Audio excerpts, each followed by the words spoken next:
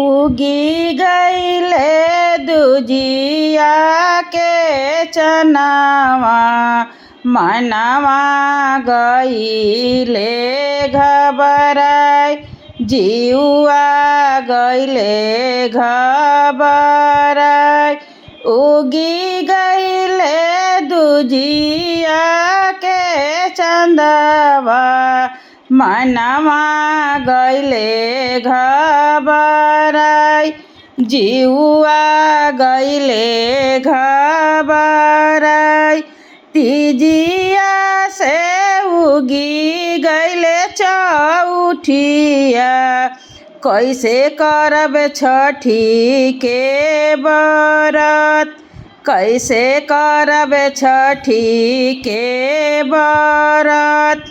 दुआरा से आवेली चिकुआ बेटी काहे मम्मी मनवा उदास काहे मम्मी मनवा उदास दुआरा से आवलन हनिया पूत काहे मम्मी मनवा उदास काहे मम्मी मनवा उदास उगी गईले दुजिया के चंदवा मनवा गईले घबराई जीवा गईले घबराई एतना बचन बबुनी सुनाली चली भैली पटना बाजार चली भैली पटना बाजार एतना बचन बबुआ सुनले चली भैले छपरा बाजार चली भैले छपरा बाजार 9 लाख के लईले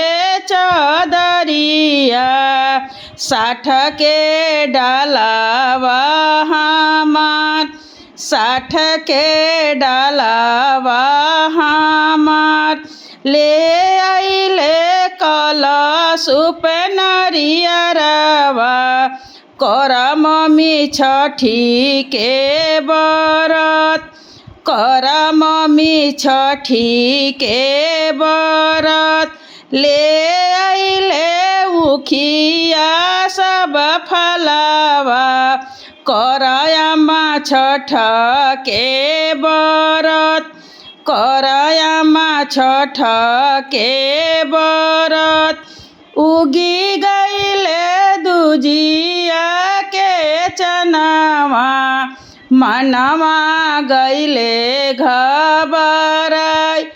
जीवा गईले घबराई तीजिया से उगी गईले चौथिया कैसे करब छठ